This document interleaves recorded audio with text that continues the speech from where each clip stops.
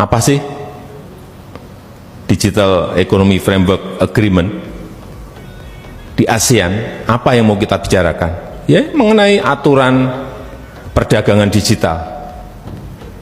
Kita harus menyiapkan ini. Nggak usah berbicara globalnya dulu, ASEAN dulu.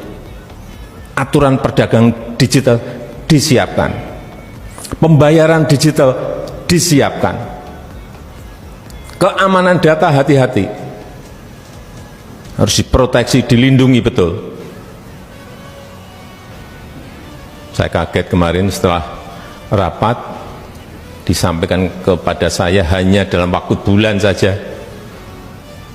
Saya enggak usah sebutkan aplikasi apa, sudah mencapai 123 juta orang masuk ke aplikasi itu. Hanya dalam hitungan bulan, karena pembeliannya sangat masif sekali. Artinya apa? Perilaku konsumen kita sudah dipegang. Moodnya mau kemana sudah dipegang. Arahnya mau kemana sudah bisa ditebak. Dan kita terlambat. Hal-hal seperti ini yang jadi sekali lagi, aturan mengenai perdagangan digital, pembayaran digital, keamanan data, dan juga mobilitas talenta digital kita. Ini pindah kemana? Pindah kemana? Karena sekarang kalau Bapak Ibu lihat, digital nomad di Bali, dari seluruh dunia ngumpul di situ. Bagus kalau kita bisa memanfaatkan mereka.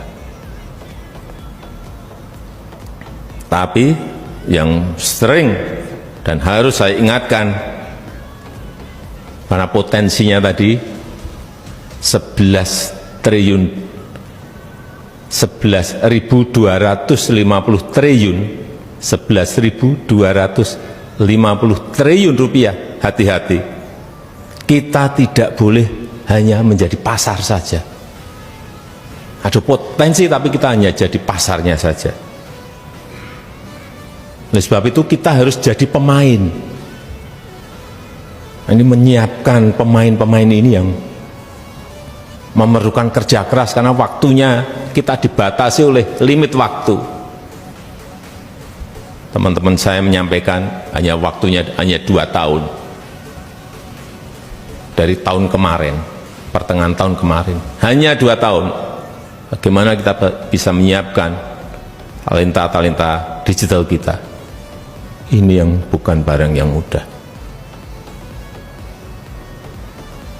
Dan kita tidak boleh hanya menjadi konsumen saja.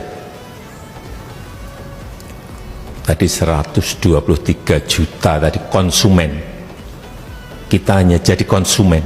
Dan 90%, hati-hati, barangnya barang impor. Lebih bahaya lagi, bukan produk kita sendiri.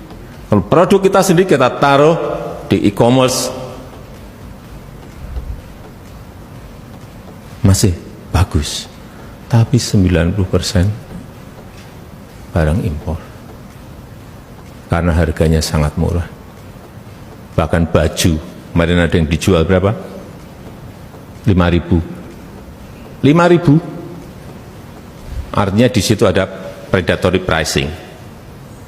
Sudah mulai bakar uang, yang penting menguasai data, menguasai perilaku. Ini semua kita harus mengerti mengenai ini. Sekali lagi, jangan hanya menjadi konsumen, tetapi kita harus jadi produsen. Artinya kalau kita punya aplikasi yang masuk ke sana, produsen, dari barang-barang yang kita produksi sendiri. Syukur kita bisa masuk ekspor ke negara-negara. Nggak usah jauh-jauh, di ASEAN dulu kita kuasai. Jangan sampai kita lena dalam hitungan bulan. Nggak mau saya terkena penjajahan era modern. Jangan mau kita terkena juga kolonialisme di era modern ini. Kita nggak sadar.